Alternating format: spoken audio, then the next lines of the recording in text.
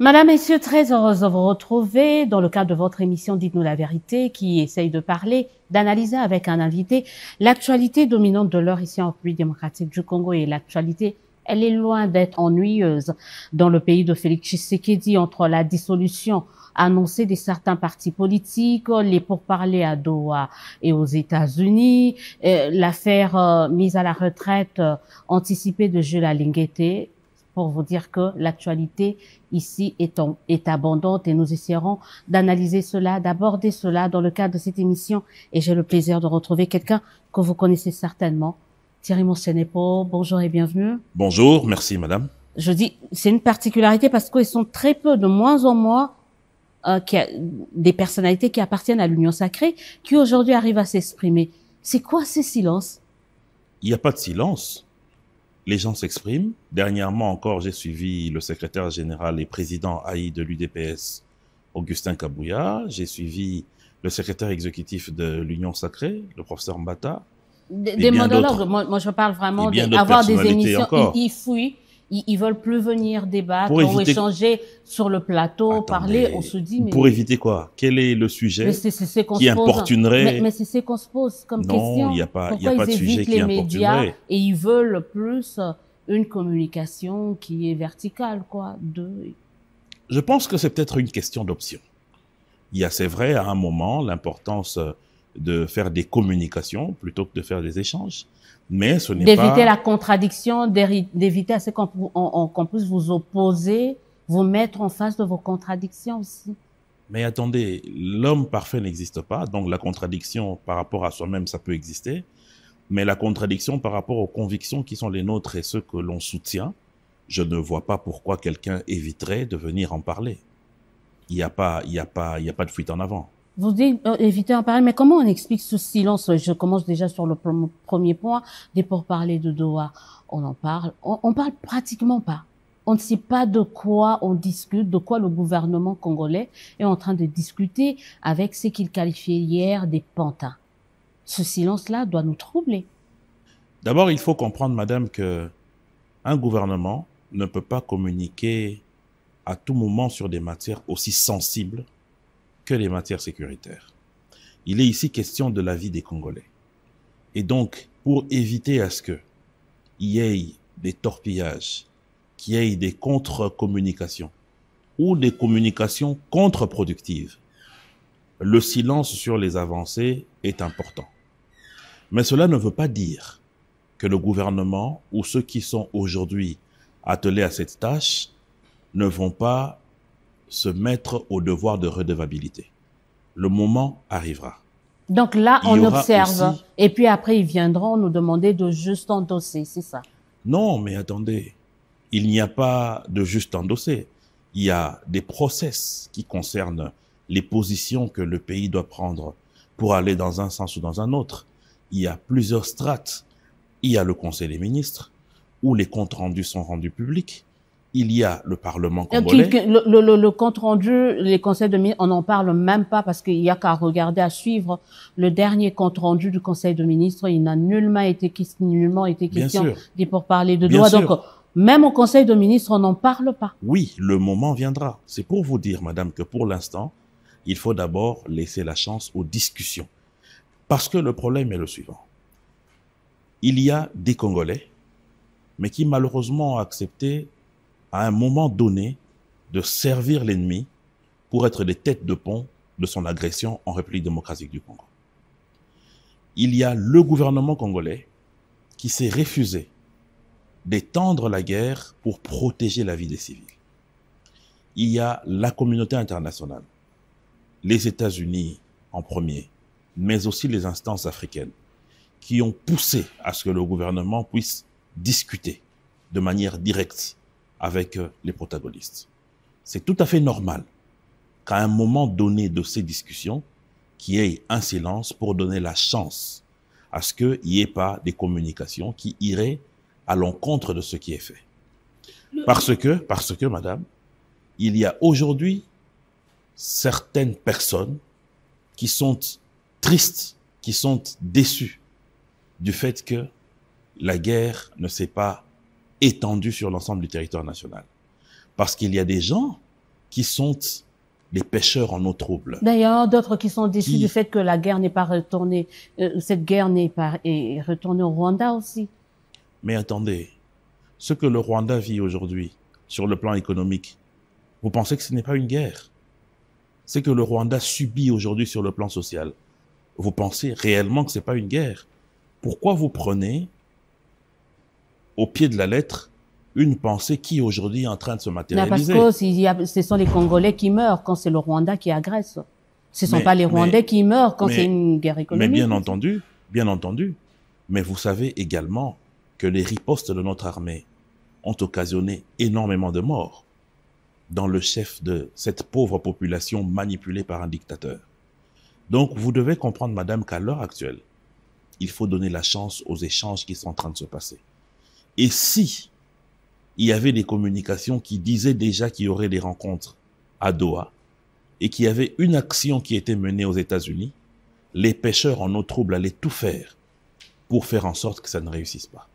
Il y a certains opposants, nous les avons suivis, qui, dès que la communication a été faite sur les discussions qui sont en cours à Doha, ou les échanges avec les États-Unis en vue des partenariats économiques, mais ils ont mis en branle leur réseau, ils ont fait des communications pour contredire le gouvernement. C'est de bonne guerre. Vous parlez de qui? Des gens qui vous disent, madame, on parlera de cette situation, de la déclaration de principe qui a été signée aux États-Unis. On revient à Doha. Bien sûr. Est-ce que ce silence-là ne cache pas la capitulation du gouvernement congolais? Si le gouvernement congolais devait capituler, il ne serait pas aujourd'hui en train de discuter. Est-ce que puisque les grandes puissances ont discuté avec l'Allemagne, ça signifie que ces grandes puissances, lors de la Deuxième Guerre mondiale, ont capitulé? Ne pensez pas que Winston Churchill ou Staline ou encore le président de Gaulle ont été de ceux qui ont capitulé face à l'Allemagne nazie. Donc, les discussions, c'est l'aboutissement de tout conflit. Donc, vous êtes en train de nous dire qu'on aurait pu éviter des milliers de morts en discutant bien avant quand les agresseurs occupaient Bunagana, Kasindi. On aurait pu faire ça. Bonne question, madame. Cette question doit être posée à cet agresseur qui est Paul Kagame, mais aussi à ses affidés. Parce que, justement, remontons à l'histoire. Lorsque le chef de l'État décide de mettre toute son énergie pour pacifier l'Est de la RDC, il commence par ouvrir des voies de discussion. Rappelez-vous de Nairobi, où le président a appelé tous ces groupes armés pour leur dire « Nous pouvons bâtir l'avenir ensemble dans notre pays ». Il y a de ceux qui ont accepté d'y aller et de ceux qui ont décidé d'aller reprendre les armes, parce que leur maître à penser, il ne s'était jamais sévré de lui. Donc, cette question que vous posez devait être posée à ceux qui, aujourd'hui, ont pris les armes contre leur pays. Rappelez-vous d'ailleurs de la déclaration de Corneille Nangaa. Lorsque Goma tombe entre leurs mains, qu'est-ce qu'il dit? Il faudrait encore combien de morts pour que Félix Tshisekedi puisse accepter de discuter.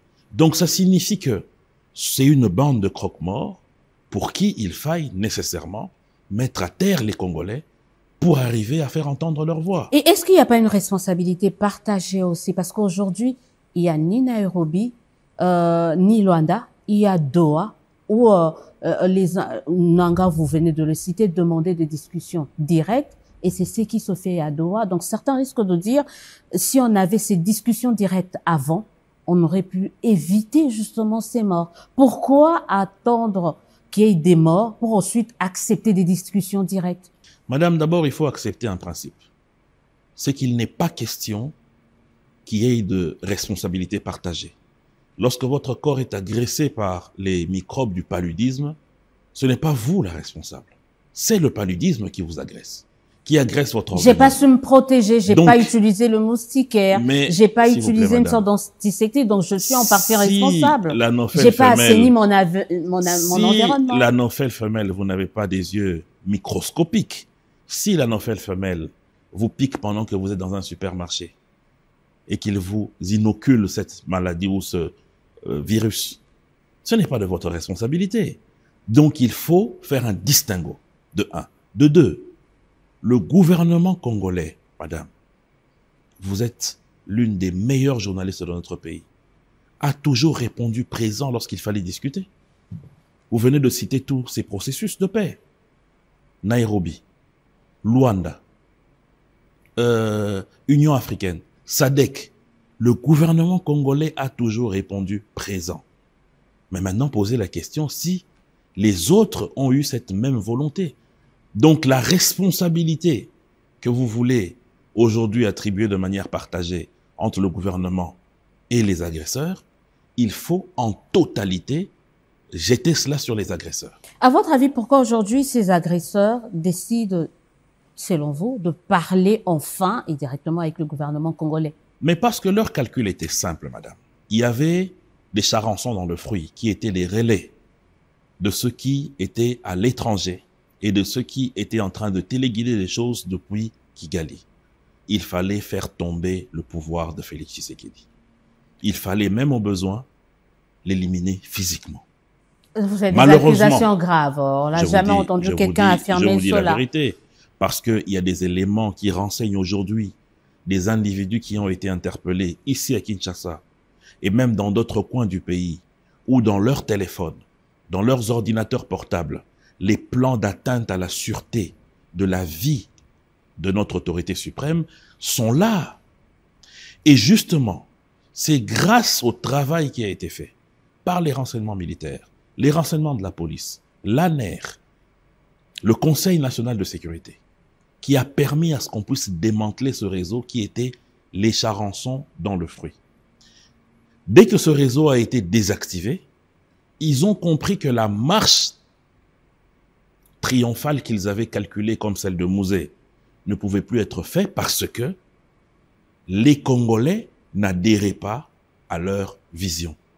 Parce qu'ils ont apporté une vision floue, parce que les prémices étaient mauvaises. Quelle est cette vision floue? Premièrement, les Tutsis sont marginalisés dans la RDC. Par A plus B, il leur a été démontré que c'est totalement faux. Nos frères Tutsis eux-mêmes ont pris la parole pour dire on n'a pas besoin de vous pour venir dire quoi que ce soit ici. Ils changent. Les swahiliphones sont marginalisés ici. Les responsables de certaines institutions qui sont de cette zone linguistique en RDC ont pris la parole pour dire vous mentez.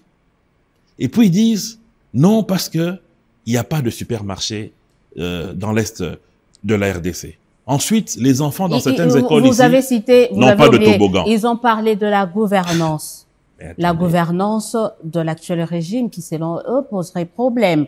Il faut aussi appeler ça. Aujourd'hui, quand vous entendez l'ex-ministre des Finances avouer que la gouvernance pose problème, est-ce que vous ne donnez pas un peu raison? On dénonce l'agression, mais parmi ces arguments, il y a la gouvernance. Quand on entend Madame, je pense qu'on parlera de cette question, mais je veux vous dire une chose. C'est que si le président de la République n'était pas conscient qu'il y a un sérieux problème, une maladie, ce n'est pas lui le premier qui le dit. C'est le maréchal Mobutu qui s'appelle corruption. Il n'allait pas créer la PLC. Il n'allait pas créer, renforcer les pouvoirs de l'inspection générale de finances. Il n'allait pas créer le CNRF ou renforcer les pouvoirs du CNRF. Ça signifie que le président de la République, en prenant le pouvoir, a compris qu'il y avait un problème. Lui, au moins, a eu le courage de prendre ce problème à bras-le-corps. C'est un problème qui nous gangrène depuis la Deuxième République. Qu'il était censé résolver. Vous comprenez? Il était censé la question de la éviter qu'il y ait cette prolifération de détournement. Madame Élysée, la question de la corruption n'est pas une question qui ne touche que le chef de l'État. C'est comme un virus. Nous avons eu ici la Covid-19, ou le Covid, je n'ai jamais su quel est l'article défini qu'il faut utiliser. Mais généralement, vous allez vous rendre compte que le gouvernement fait un pas, mais la population fait le reste. Pour qu'on n'atteigne pas une masse critique, pour qu'il n'y ait pas de cluster. C'est la même chose avec la corruption. D'où l'idée du chef de l'État de sensibiliser. Donc, dire qu'il y a un problème de corruption, c'est connu. Il n'y a rien de nouveau. Gouvernance, le problème de gouvernance, de deniers publics, le problème, par ceux qui sont censés veiller sur ça. Non, mais attendez. Le fait de dire quelque chose ne signifie pas que cela est le cas. Combien de fois est-ce que dans nos livres, nous n'avons pas lu que dans certaines provinces de la RDC, les gens seraient des cannibales? Est-ce que c'est pour autant que cela est vrai? Donc, il y a un distinguo entre les faits et les dires. Donc, je reviens à vous dire que nos Nos compatriotes qui ont servi de tête de pont à l'ennemi se sont rendus compte finalement que leur marche, leur plan ne pouvait plus avoir d'aboutissement. Et tout petits, ils sont revenus à la main tendue que depuis longtemps le chef de l'État avait donnée à tous les brebis égarés du pays. Et là, on peut dire merci Donald Trump. Non, on doit dire merci à notre gouvernement, merci à notre armée. Vous savez que s'il n'y avait pas une pression des États-Unis, on n'aurait pas assisté à ça. Madame, donc on peut dire merci l'émir du Qatar. Nous n'allons jamais. Merci Donald Trump. Madame, okay. Ne soyez pas si ingrate. N'oubliez pas que avant tout ce que vous citez là, il y a eu l'Angola, il y a eu l'Afrique du Sud, ça a rien il y a eu les pays de la SADC. Ça non, rien donné. Ce sont des efforts. Les négociations, c'est un peu comme une eau qui est en train de créer un sillon dans le rocher. Ce n'est pas la première vague qu'il fait, c'est pas la deuxième, c'est peut-être la 5 ou la 6e. Mais ce sont les vagues premières qui ont permis à ce que la 6e puisse briser le rocher. C'est la même chose. Donc, il faut, au-delà de tout et avant de remercier quiconque, remercier nos forces armées. Parce que NIT était la résistance sur terrain. Si ces gens-là avaient évolué jusque dans la province orientale et dans le Grand Katanga, nous ne serions pas en train de parler ici aujourd'hui. Si ces gens-là avaient réussi par leurs agents à déstabiliser Kinshasa, comme ils avaient prévu, nous ne serions pas en train de parler ici. Donc c'est à ces gens-là, à nos services de sécurité, à notre armée, à notre gouvernement, à notre chef de l'État que nous devons d'abord dire merci. Ensuite, à nos partenaires. Ensuite, à nos partenaires, on parle un peu en Issei, hein. C'est vrai qu'on aimerait bien devenir cette petite souris pour essayer d'aller écouter les discussions. Mais à votre avis, quelle est la ligne rouge à ne pas franchir? Pas de brassage, pas de mixage, parce que ça a été l'élément déclencheur de la déstabilisation de notre armée. Puisque vous avez en ce moment-là quelqu'un comme... il y a un monsieur qui se filme souvent là, qui se fait passer pour un colonel dans les rangs de l'AFC, un certain William Ngoma. Vous prenez une personne comme ça qui n'est ni breveté d'état-major militaire, ni breveté d'administration militaire, et qu'à cause des accords, demain, il va se retrouver chef d'état-major adjoint. Une personne comme ça, devant une agression, devant une armée, devant une guerre, il va détaler. C'est plus un beau parleur qu'un militaire. Et pendant plusieurs années, il y a eu comme ça des individus qui n'ont rien à voir avec l'art de la guerre, qui sont devenus officiers, responsables des grands pans de sécurité de notre pays, et qui sont devenus le ventre mou de notre armée. Il faut que ça s'arrête. Quelle est la concession que le gouvernement congolais peut accorder aux agresseurs, aux rebelles? Généralement, je ne dis pas que c'est le cas, mais généralement, l'histoire renseigne que dans la plupart des négociations pareilles, il y a des amnisties. Il y a des amnisties pour ceux qui étaient condamnés à mort, pour ceux qui étaient... ça a été bloqué. Je crois qu'il y a une loi à l'Assemblée nationale. Je me rappelle, l'ancien député Moïse Nyarugabo s'était insurgé contre le vote, si je ne m'abuse, à l'Assemblée nationale du fait que on avait refusé tout ça là, l'amnistie, et il y a eu un blackout quand même. Non, rappelez-vous que cette loi qui était passée à l'époque où le président Mbosso était président de l'Assemblée, c'est à l'issue de cette loi promulguée, et c'était une recommandation de l'Assemblée au gouvernement. Donc, à l'époque, le député Moïse Nyarugabo s'était insurgé. Donc, il n'y a pas une loi dans ce sens. C'est pour dire qu'il ne fallait pas mettre un terme au brassage et au mixage parce que cela allait frustrer je ne sais qui. Cela allait peut-être bloquer aussi le processus, mais vous en parlez aujourd'hui. Est-ce que vous pensez que on doit mettre de côté justement cette recommandation-là? Non, on ne peut pas mettre ça de côté. Mais vous parlez Madame, aujourd'hui, nous avons une guerre sur les minerais stratégiques. Les 3T, comme on les appelle. Mais demain, ça sera sur les pâturages. Vous savez déjà ce que le phénomène Mbororo fait dans le Grand Nord. Vous savez aussi que demain, nous aurons une guerre de l'eau. Ça signifie qu'on le veuille ou non. Avec les 9 voisins que nous avons, mais aussi avec les potentialités de richesse que nous avons, le Congo est un pays qui est appelé à avoir une armée mécanique bien garnie et bien formée. On ne peut pas continuer à chaque cycle, comme ça, faire entrer des hybrides. Qu'est-ce qui a empêché l'actuel président, l'actuel régime, de mettre en place une armée structurée, mécaniquement forte? Mais bien sûr, mais c'est quelque chose qui demande du temps. Ah, il faut qu'on lui laisse combien de temps d'après vous? Non, rappelez-vous maintenant. Non, non, ce n'est pas une question de lier cela à la personne de Félix Tshisekedi. C'est une question de pays.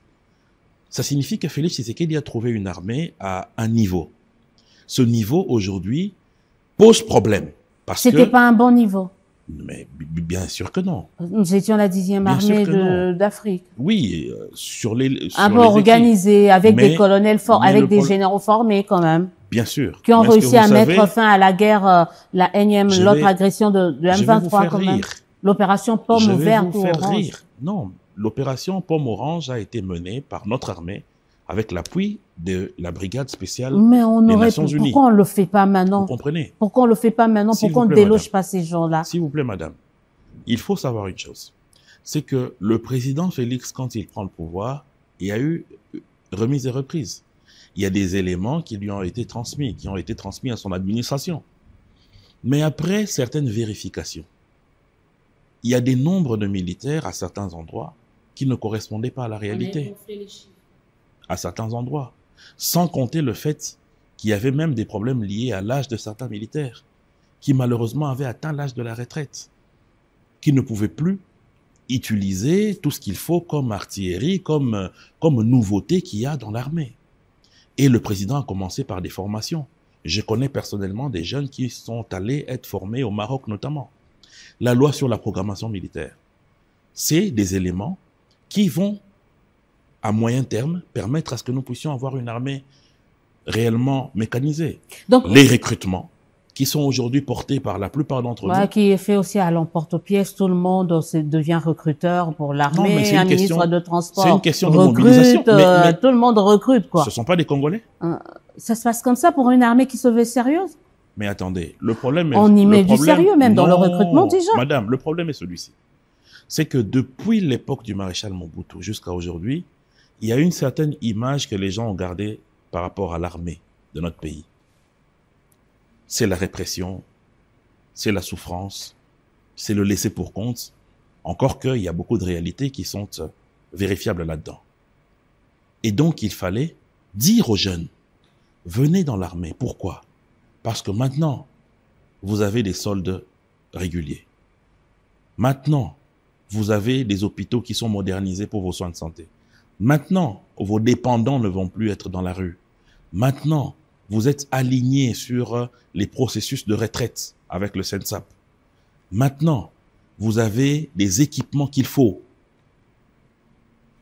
En ce moment-là, il faut que tout le monde mette la main à la pâte pour mobiliser ces jeunes. Ce n'est pas mauvais. On revient rapidement sur la concession, les concessions que le gouvernement congolais doit faire, parce qu'on parle de négociations, des pourparlers. Il faut qu'à un moment que le gouvernement de Kinshasa lâche. Il lâche quoi? Mais madame, vous savez que ça, c'est un secret que personne ne peut à votre avis, vous êtes déchiffrer. politique, vous vous souvenez, qu'est-ce qu'on peut, on sait qu'en face, il y a des rebelles, on sait qu'il y a des agresseurs, mais ils parlent quand même avec eux. Qu'est-ce qu'ils peuvent relâcher? L'entrée au gouvernement? Mais déjà, lorsqu'il faut lire ce que raconte l'histoire, ce que renseigne l'histoire, en termes d'amnistie, mais c'est déjà sauver ces gens-là. Donc vous êtes pour l'amnistie? Qui pour la plupart seraient passés à la potence. Donc vous êtes pour l'amnistie? Pas pour, mais c'est parmi les éléments que la plupart des gouvernements dans l'histoire du monde mettent à contribution pour des échanges avec des belliqueux comme ceux qu'on enregistre aujourd'hui. Est-ce qu'aujourd'hui, puisque vous parlez déjà de l'amnistie, on parle des pourparlers à Doha, l'AFC M23 a négocié avec le gouvernement congolais. Le gouvernement congolais nous a dit qu'ici, en commençant par le chef de l'État lui-même, que derrière l'AFC M23 se cachait le président Kabila. Vous y croyez, vous? Oui, vous bien sûr. Vous croyez que Kabila? Bien sûr, bien sûr. Vous l'avez fréquenté, vous se dites que non, mais j'ai fréquenté un rebelle. Bien sûr, et c'est une déception extraordinaire. Quelqu'un qu'on pouvait penser, au lendemain de la sortie de son pouvoir, devenir commissaire de l'Union africaine, devenir un conseiller de certains chefs d'État en Afrique et dans le monde, mais qui se retrouve dans des petitesses comme ça. Mais attendez, madame, il ne faut pas être magicien. Je ne parle même pas des éléments que les services de sécurité peuvent avoir. Je vous parle d'indices. Il y a tellement de faisceaux d'indices qu'il n'y a plus de débat sur la question. Premièrement. Des indices sans preuve, on n'en voit rien. On nous a fait croire, ou on nous a dit il était à Goma. On n'a rien vu, qu'il serait au Rwanda. On n'a rien vu. S'il vous plaît, Vous êtes dans madame. les supputations. S'il vous plaît, madame, vous n'avez pas besoin de voir Jésus pour savoir qu'il existe. Kabila n'est S'il pas vous plaît. Jésus. Non, non, c'est pour vous dire que On parle d'un ancien chef de l'État. la croyance ne demande pas forcément que vous puissiez Donc voir on quoi doit que ce croire soit. aveuglement Il y a parce des que ça faisceaux. vient du régime de Tshisekedi, Madame, on dit Amen. Puisque ça lorsque vient de vous, vous de êtes- l'Union sacrée, Madame, on dit Amen. Vous, peut-être, vous avez grandi dans des milieux de citadins. Nous autres qui avons grandi dans des champs et des forêts, lorsque vous voyez la peau d'un serpent, c'est-à-dire que le serpent fait une mue, vous savez qu'il y a un serpent dans les environs. Vous n'avez pas besoin de voir le serpent pour être sûr qu'il est là. La peau déjà renseigne que le gaillard est dans le coin. Donc, lorsque vous avez des faisceaux d'indices, premièrement,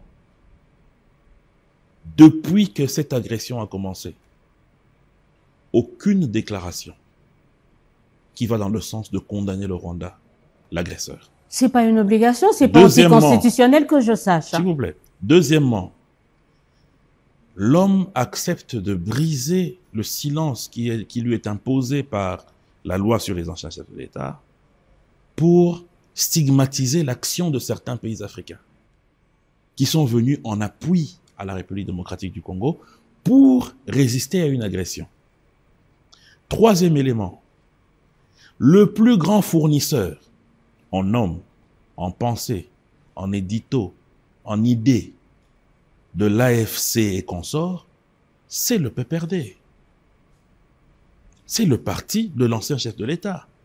Dites-moi une seule fois où vous avez vu ce parti condamner, radier les personnalités de ce parti qui se sont retrouvés de l'autre côté. Donc aujourd'hui, on condamne Joseph Kabila sans preuve, mais sur base des faisceaux d'indices. Attendez, non, madame, s'il vous plaît. Parce que là, on est déjà en train Je de parler peux de la vous levée dire, de ses madame, immunités. s'il vous plaît. C'est ça en tant que sénateur. Je peux vous dire que le faisceau d'indices dont je parle, c'est moi en tant qu'analyste.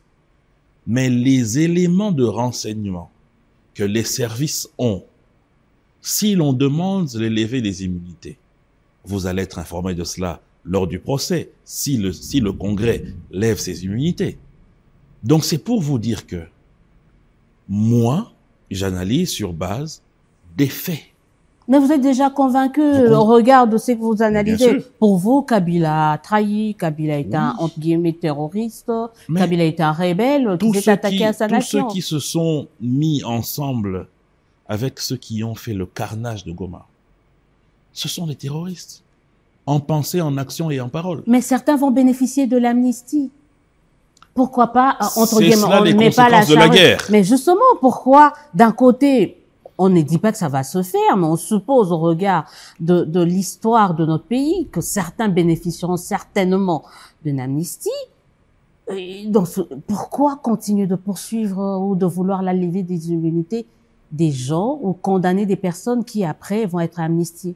Madame, le Fils de Dieu lui-même, Jésus-Christ, était à Golgotha avec deux individus, dont l'un a reconnu ses fautes. Le soir même, il s'est retrouvé au paradis. Mais le gaillard qui était à gauche a refusé. Le gaillard est en enfer. Donc c'est pour vous dire que le mea culpa est un pas vers un pardon. Mais lorsque vous persistez dans le mal, c'est cela qui est mauvais. Vous persistez on parlait déjà tout à l'heure de la levée des immunités qui va être débattue, je crois, déjà ce jeudi, tout à l'heure au Sénat. Il y a aussi une polémique autour de ça. On parle d'un ancien chef d'État, on parle pas d'un sénateur qui a été élu. Est-ce que la procédure est respectée?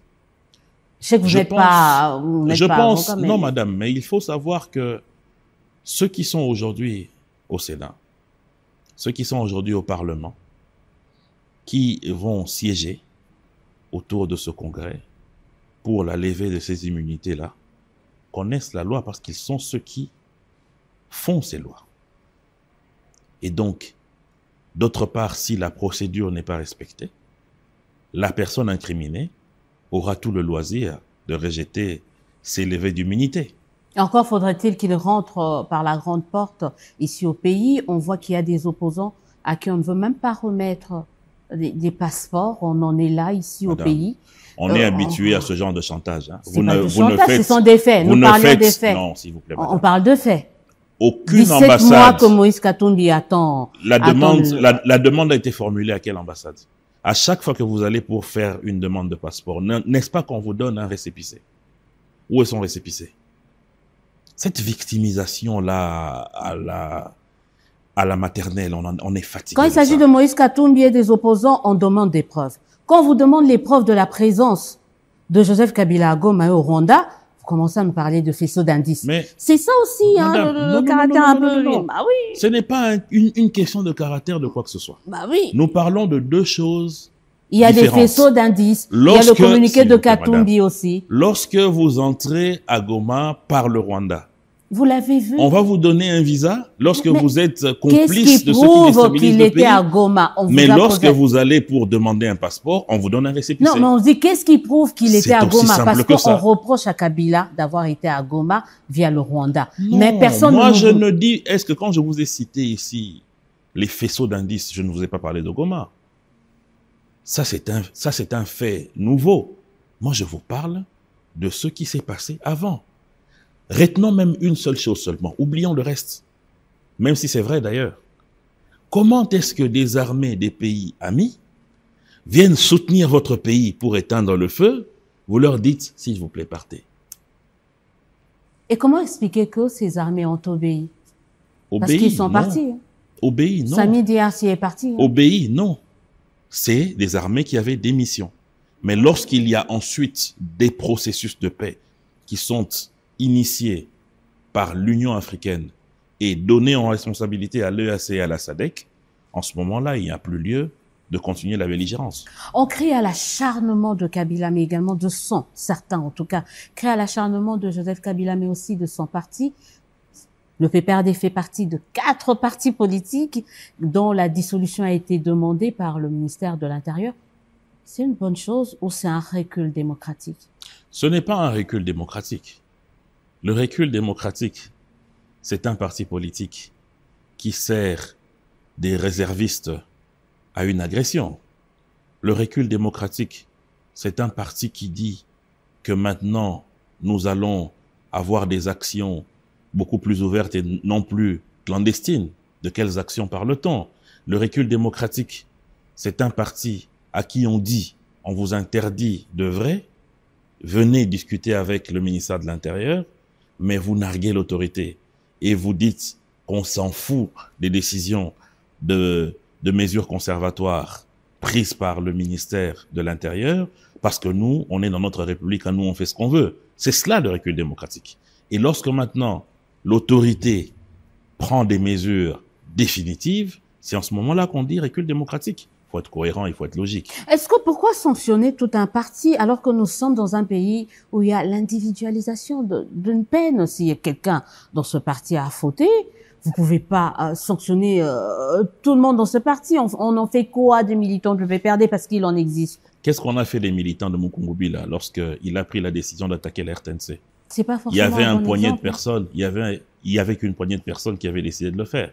Mais c'est tout son parti et même son église qui a été suspendu, vilipendé, fermé, ostracisé, et tout ce qui en passe. Mais est-ce que c'était la bonne méthode dans un pays où on prône, où la loi exige l'individualisation? Dans tous les pays, un mouvement qui ne rentre pas dans ce qui est prévu par la loi, un mouvement qui individuellement ou de manière collégiale se comporte de manière à ce que il trouble l'ordre public de manière récurrente et qu'il viole les textes que ce même regroupement, ce même parti politique ou cette même plateforme avait adhéré en signant, est appelé à subir les rigueurs de la loi, malheureusement. C'est cela la démocratie. Parmi le PPR, au-delà du PPRD, il y a 3 autres partis politiques. L'UPC de Thomas Lubanga, qui à un moment était avec le chef de l'État, quand même. Bien sûr.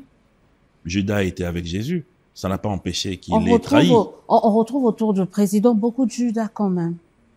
Il a un problème à faire le choix de ce collaborateur. Ce n'est pas cela. Thomas Lubanga a occupé quel poste officiel auprès du chef de l'État pour dire que il a été proche du chef de l'État? Parmi les partis, ils étaient proches du chef de l'État, c'est-à-dire dans l'Union sacrée.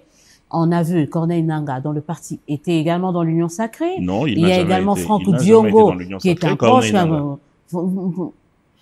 En tout cas, il n'était pas dans l'opposition avant qu'il ne prenne les armes, ça c'est sûr. Donc, moi, je sais qu'il a toujours été dans l'opposition, d'une manière ou d'une autre. En tout cas. Mais quelle opposition? L'opposition des mines, pas l'opposition idéologique. Qu'est-ce que vous entendez par l'opposition des mines? Ben, je m'oppose à vous parce que vous avez pris mes mines. C'est cela l'idéologie de Corneille Nangaa. Il s'en fout des Congolais. Vous avez pris mes mines dans la province de l'Ituri, je vous fais la guerre. Donc vous pensez, on ne prendrait pas ces mines, on n'aurait pas cette guerre? Mais on n'aurait pas pris ces mines. Il serait resté président de la CENI. Il serait resté Dieu Tout-Puissant. Il allait être content. Mais dès qu'on dit, tu as des mines, viens prouver au cadastre minier que vous avez les titres. Vous avez été président de la CENI, il faut dégager parce que le mandat est terminé. Et voilà que l'homme devient opposant. C'est cela la réalité. Donc, on parle en réalité d'un aigri. On parle la réalité. Là, vous faites allusion à Corneille Nangaa. Donc, on rappelle aux téléspectateurs qui nous suivent 4 partis ici en République démocratique. Dont MLP de Franck Diongo. Dont MLP. Également, je l'ai parlé justement de Franck Diongo aujourd'hui. Pourquoi Diongo? Mais madame. Pourquoi le MLP? Mais madame, ça tombe dans le sens. Franck Diongo a pris, et lui et son mouvement, il les a emmenés à Kigali. Vous ne brandissez toujours pas de preuves, hein? Moi, j'aime bien. Vous ne brandissez toujours pas de preuves, c'est ça? À un moment, je risque de penser que vous ne vivez pas avec nous. Non, mais vous êtes dans les supputations, les pensées, dans les faisceaux d'indices, mais sans preuve. S'il vous plaît, pour Franck Diongo, c'est même plus des faisceaux d'indices, c'est des faits. Il l'a dit lui-même. Il le déclare qu'il faut décapiter le pouvoir. Il n'y a rien de démocratique dans ce qui sort de sa bouche. D'ailleurs, en parlant de démocratie, est-ce que Franck Diongo peut connaître la démocratie? On était avec lui tous candidats ici à Lukunga. J'ai des images où il vilipende mes affiches, comme si mes affiches le narguaient lui. Parce qu'il avait, dans le quartier Cuba ici à ma campagne, érigé une zone où c'était la zone de Franck Diongo. Mais déjà avec ces gestes-là, ça prouve que pour lui la démocratie n'existe pas. Un monsieur comme ça devient président, MLP devient parti-État. On lève les immunités de uns où on est en procédure, en processus de lever les immunités des uns par-ci, on bloque les passeports des autres par-là, on a bloqué le passeport de personne, madame. Les partis politiques. La victimisation de nos opposants est connue.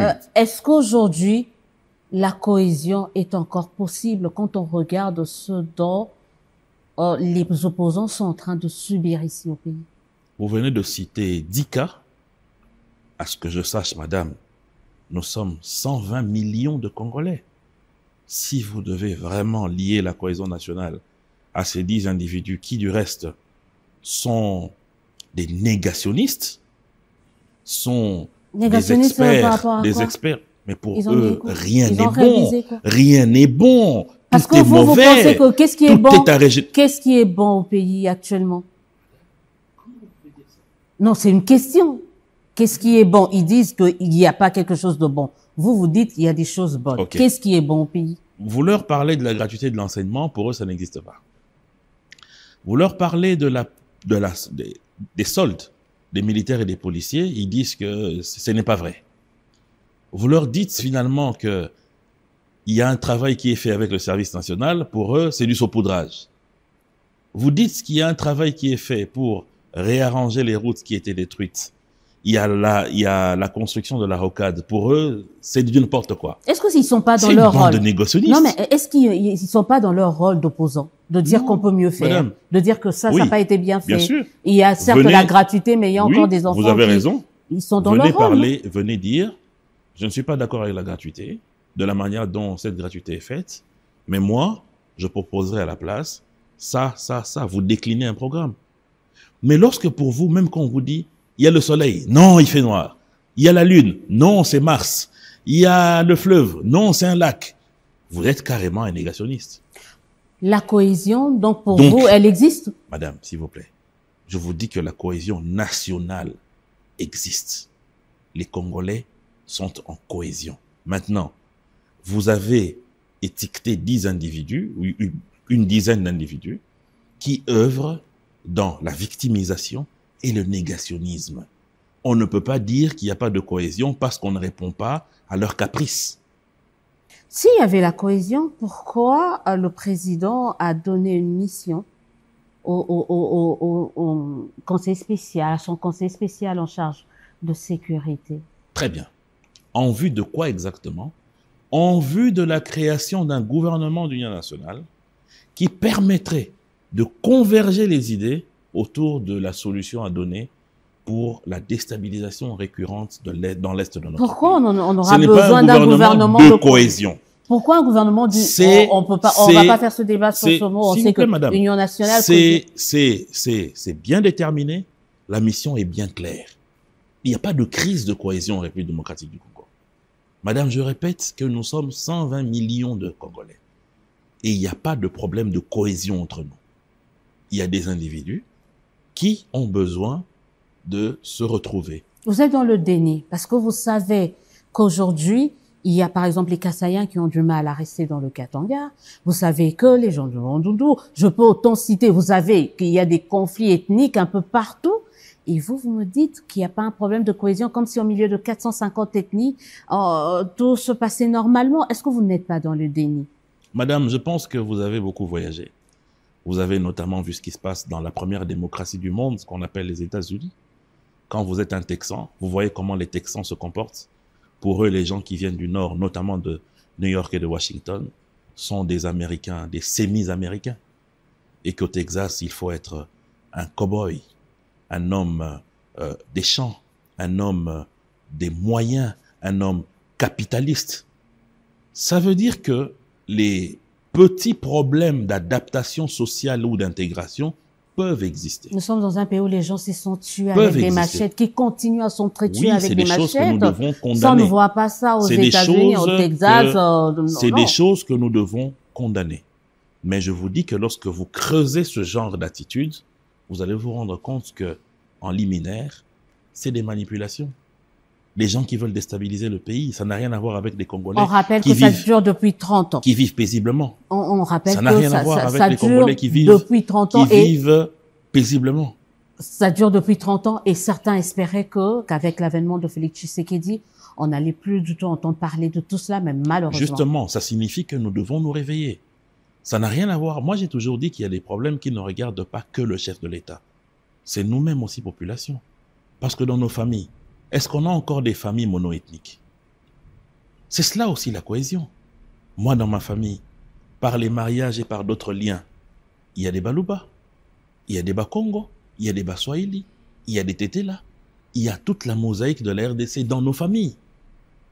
La ligne que notre père a laissée ou notre ancêtre des Sakata est aujourd'hui éclatée. C'est cela la cohésion nationale. Maintenant, lorsqu'il y a des individus qui ne veulent pas s'émanciper mentalement et qu'ils sont sujets à des manipulations, comme ces tueurs qui sont dans le Maïndombe ici, ça n'a rien à voir avec les Bayaka. Oui, ça n'a rien à voir avec les Bayaka et les Teke qui ont toujours vécu ensemble. Ça a à voir avec une manipulation. Est-ce qu'on regarde, vous parlez de la manipulation, d'autre part du fait qu'il n'y ait pas la cohésion et qu'il faut parler des causes profondes de la crise ici qui ne fait que perdurer. On peut aller jusqu'au même à l'indépendance, mais on revient les 30 dernières années et certains disent qu'il faut examiner, travailler sur les différentes crises à répétition qui gangrènent la société congolaise, d'où la proposition de ce pacte social pour la paix. Je vois faire mais je veux quand même poser la question. Ce pacte social sur la paix des évêques, de la Synco et de l'ECC, n'est-ce pas là une bonne chose de mettre tous les Congolais ensemble pour parler des crises profondes qui minent notre pays? Il y a un distinguo entre les problèmes des Congolais qui sont des problèmes liés à leur vie sociale, à leurs moyens de se mouvoir et des hommes politiques qui, pour la plupart, sont des aigris, des négationnistes, ainsi de suite. Il faut faire un distinguo. Je parle des prêtres. Hein. Donc, lorsque les prêtres viennent comme ça pour nous dire des histoires, je parle des histoires parce que j'ai suivi Monseigneur Fulgence Muteba, qui a dit qu'ils ont été financés par le Rwanda. Non, vous avez été dans l'interprétation, mais on peut y aller. Mais bien sûr, bien sûr. Vous savez qu'après, il a parlé en araméen. Vous avez pris une petite... Il a parlé en araméen et nous, on n'a pas compris parce que le traducteur a mal traduit. C'est ce que vous voulez nous faire avaler. Il a parlé en français facile, on a compris. Donc, cette initiative est biaisée. Il faut l'enterrer, il faut l'oublier. Mais comment est-ce que vous allez avancer avec des prémices fausses? Comment est-ce que vous allez construire un immeuble avec une fondation en argile? Vous êtes appelé à un écroulement. C'est cela le problème. Et si cela, en plus, vient de ceux qui sont princes de l'Église, vous avez vu comment est-ce qu'ils se sont débattus à expliquer finalement les propos de Monseigneur. On a vu l'un d'entre eux faire plusieurs émissions ici. Non, il voulait parler du protocole. Non, il a dit le soutien là, c'est des appels. Mais bon sang, il faut pas nous prendre pour des canards sauvages. Ils ont dit clairement qu'ils ont été soutenus par celui qui agresse le pays. Et vous voulez vraiment qu'une telle initiative puisse accoucher des bonnes choses? Il faut laisser tomber. Donc, on laisse tomber, mais d'un côté, on parlait tout à l'heure de cette initiative, de ces consultations initiées par le président de la République. Madame, les Congolais n'ont aucun problème. Le problème est lié aux hommes politiques. Les consultations confiées aussi au Conseil spécial de chef de l'État en matière de sécurité, vous avez dit pour aboutir à ce gouvernement d'union nationale. Mais c'est pas une union sacrée bis, parce qu'on a vu dans les consultations, il y a que les membres de l'union sacrée. Un ou deux opposants qui sont venus. C'était une perte de temps. Pas du tout. Il y a des opposants qui sont venus, mais qui ont... d'argent, quoi. Il y a des opposants qui sont venus, mais qui n'ont pas accepté de se faire filmer. Qui, par exemple? Malheureusement, je ne suis pas autorisé à les citer ici. Mais je vous confirme qu'il y a eu des opposants, et plusieurs d'ailleurs, même les têtes couronnées. Vous comprendrez qu'on ne pourra pas vous croire juste parce que vous le dites.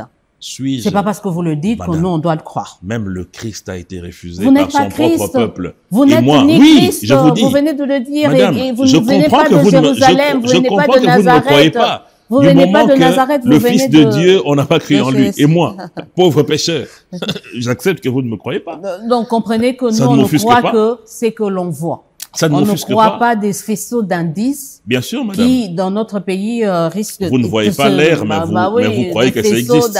De culpabilité. Vous ne voyez pas l'air que vous respirez. Dans ce sens-là. Mais vous avez un faisceau d'indices. Pourquoi vous leur avez pas demandé... C'est vos poumons qui fonctionnent. Pourquoi vous ne leur avez pas demandé de s'assumer? De quoi ils avaient peur? C'est à eux qu'il faut poser la question. Mais on le connaît déjà pas. Donc on pose voilà, pas à vous qui n'étiez pas organisateur, mais je ne on suis le pas connaît autorisé déjà à le pas. dire, mais je vous dis que vous êtes une grande journaliste. Je sais que si vous fouillez, vous allez trouver de qui il s'agit. C'est pour quand ce gouvernement, selon vous? Je pense que c'est le pouvoir discrétionnaire du chef de l'État. Le rapport qui lui a été présenté par le Conseil spécial est en analyse au niveau de son cabinet, lui-même également. Vous pensez que ça doit intervenir après les pourparlers de Doha, ou ça doit se faire dans la foulée comme ça? Je ne sais pas, madame, si c'est... Non, je parle à un analyste. D'après vous, il faut attendre les pourparlers de Doha, ou il faut le faire avant? Si je dois vous donner mon avis, je dirais qu'il faut que ce gouvernement prenne place avant les clôtures des pourparlers de Doha. Pourquoi? Parce qu'il faudrait que ceux qui ont fait la guerre ne soient pas ceux qui vont construire la paix. Vous voulez pas les voir au gouvernement? Non, mais il y a des... En fait, les rebelles, les agresseurs, vous voulez pas les voir au gouvernement? Mais attendez, madame, si c'est la décision ou la conséquence des pourparlers, il n'y a pas de problème. La paix n'a pas de prix. Ce n'est pas question des sentiments du pauvre Thierry Monsenepo. Quand vous parlez de ceux qui ont fait la guerre ne doivent pas être ceux qui vont construire la paix, qu'est-ce que ça veut dire? Ça veut dire qu'il y a il y a ceux dans le gouvernement qui pourront aller servir le pays ailleurs et d'autres qui pourront faire leur entrée dans le gouvernement pour construire ce qui va venir ensuite. On va très rapidement parler de ces déclarations de principe signées aux États-Unis pour plusieurs opposants, pour certaines organisations aussi. C'est du bradage de nos minerais. Qu'est-ce que vous en pensez? Je pense que cet illettrisme doit cesser. Quand on n'est pas d'accord avec vous, c'est tout de suite des qualificatifs. Non, non, madame, attendez. Il y a eu une version française de cet accord, de ces déclarations de principe. Encore que c'est des déclarations de principe. À la base, dans le monde des affaires, on dirait c'est des deal mémos. C'est-à-dire, on s'entend, madame, on va faire une émission demain, ok. Je porterai une veste, vous une blouse, ok. Mais pendant l'émission, ce qu'on va dire, non, ce qu'on va dire, on va mettre ça dans un contrat. Voilà. C'est ça, les déclarations de principe. Donc, dire que c'est du bradage, moi, je pense qu'il y a un problème de compréhension. C'est un illettrisme qui n'a pas de mots. Parce que lorsqu'on lit les termes de référence, il n'y a aucun gramme, il n'y a aucun centimètre de notre pays, il n'y a aucun mètre cube d'eau qui a été bradé à qui que ce soit. Donc c'est une invention pour déstabiliser un plan qui vient contredire le plan que eux ils avaient de déstabiliser le pouvoir démocratiquement installé en République démocratique du Congo. Il n'y a que ça. Et il n'y a que ça. Est-ce que vous pensez, certains sont en train de dire que Tshisekedi a réussi juste à sauver son pouvoir et à livrer le pays? Mais madame, moi je me tire les cheveux à comprendre ceux qui disent que le président de la République a livré le pays. Il a livré quelle partie du pays? Il a livré où et il a livré à qui? Lorsqu'il s'agit de travailler avec les États-Unis pour des minerais stratégiques, où est cette cession du pays qui a été réalisée? Lorsqu'on dit que Tshisekedi a réussi à sauver son pouvoir, c'est-à-dire quoi sauver son pouvoir? Parce qu'il a été élu par des Congolais. Il est là par le fait d'une élection des Congolais. Mais il s'est assuré la protection de la première puissance mondiale, ils disent certains. Mais attendez, vous avez vu des Marines venir ici et remplacer les Moura qui sont autour du chef de l'État? Vous avez vu des Marines venir ici et investir le camp Tchachi ou le camp Kokolo pour dire que finalement les États-Unis sont venus. Mais en tout cas, on a vu l'avancée des rebelles être stoppée par une simple pression américaine. Mais pourquoi pas? Si nous avons des amis qui pensent comme nous qu'il faille éviter la mort des Congolais, il n'y a pas de problème.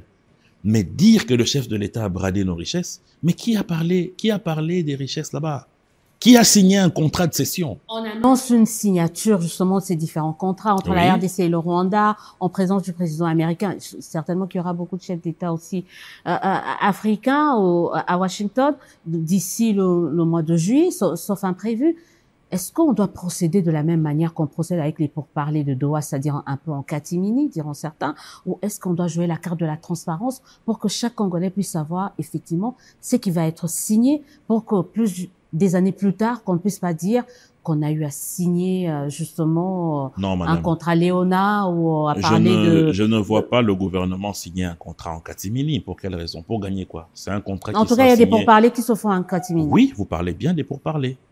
C'est la même chose. Pas si différent, lorsque vous êtes dans une entreprise et que vous discutez sur un contrat commercial, la signature du contrat peut se faire devant les caméras. Mais les discussions des parts, des actions et ainsi de suite, c'est toujours en coulisses, dans un circuit fermé. La transparence, on en fait quoi? Oui, on n'engage pas un pays comme ça parce que vous êtes chef de l'État, parce que vous êtes gouvernement. Non, madame, il y a des gens qui ont des responsabilités.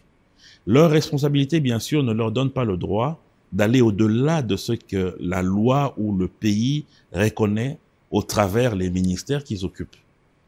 Donc, ça signifie que demain, s'il y a un contrat, vous devez être rassuré que le gouvernement sera au courant.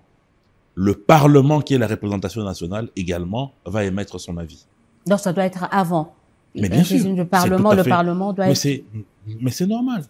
C'est normal. On va très bientôt terminer, mais on parle de cette actualité sur la lutte contre le détournement et la corruption ici au pays. C'est justement cette retraite anticipée de Julia Lingeti. Est-ce que vous pensez qu'avec cette mise à la retraite, la lutte contre la corruption, le détournement est reléguée au second plan?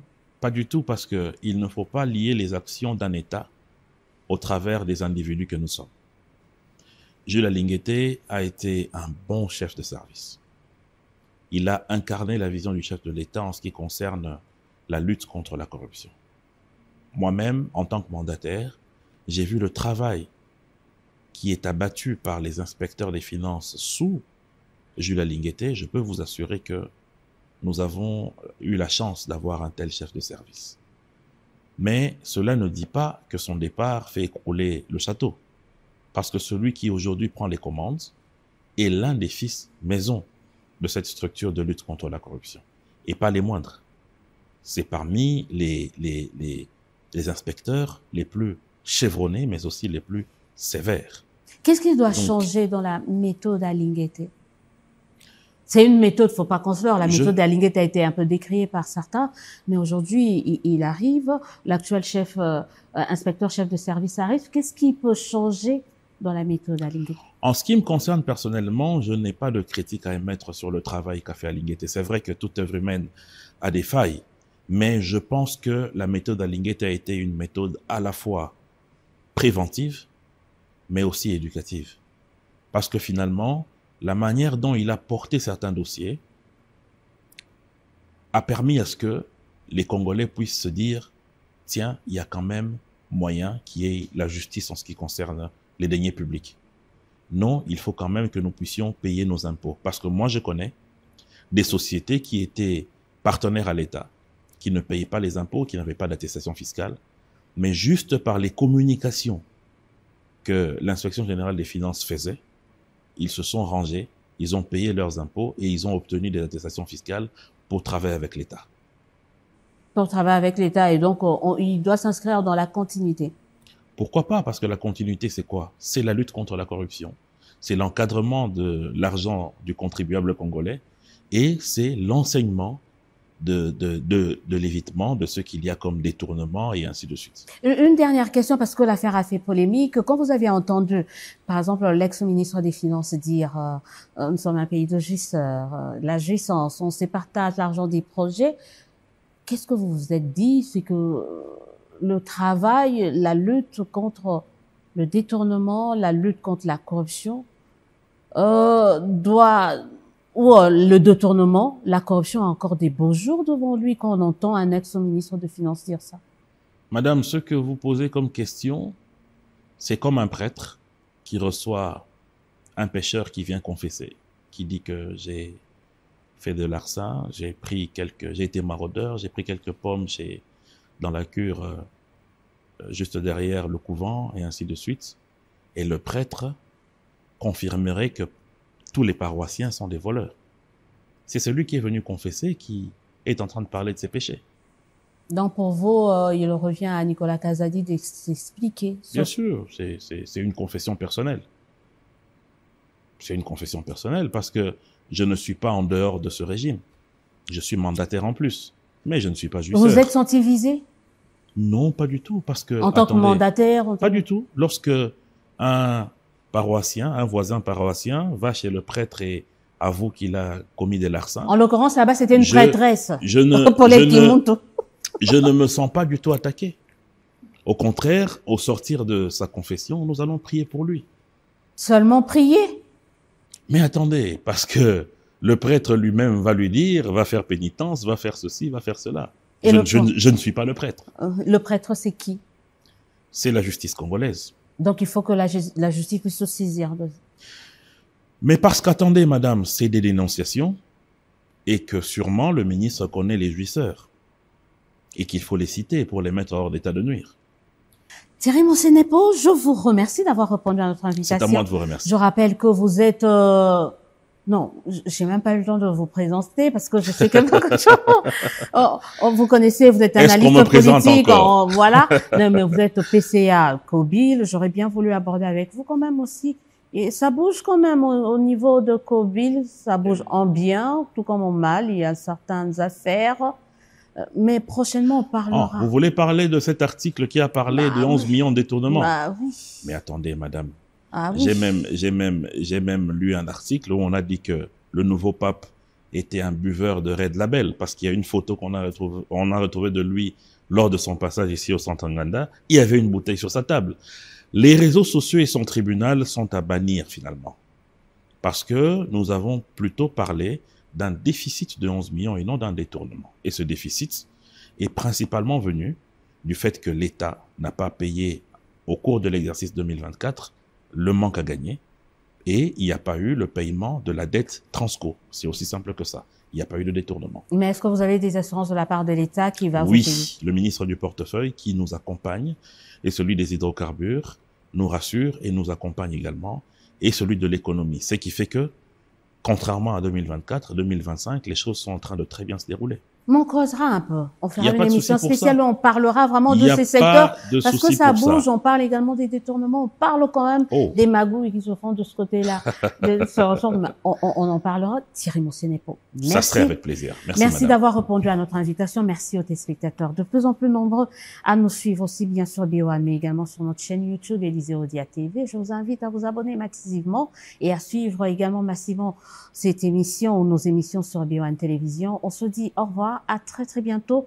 avec un autre invité pour aborder les questions d'actualité de l'heure ici en République démocratique du Congo. Alors, prenez soin de vous.